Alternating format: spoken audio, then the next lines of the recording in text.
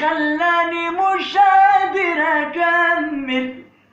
متقفلة ومتخبطة واخرتها ايه؟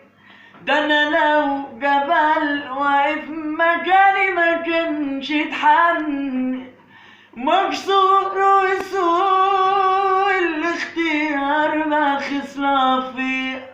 وحاولت اغير دنيتي وحالي شوية، بتعب على نفسي عشان ما تعبش اكتر ما انا تعبان، عمال بقاوح يمكن القى بداية ليه وهي انا حد تاني مش انا شخص تايه معرفوش، ما بقتش عارف مين انا، جوايا خوف ما فهمتوش، شايف حياتي اتلخبطت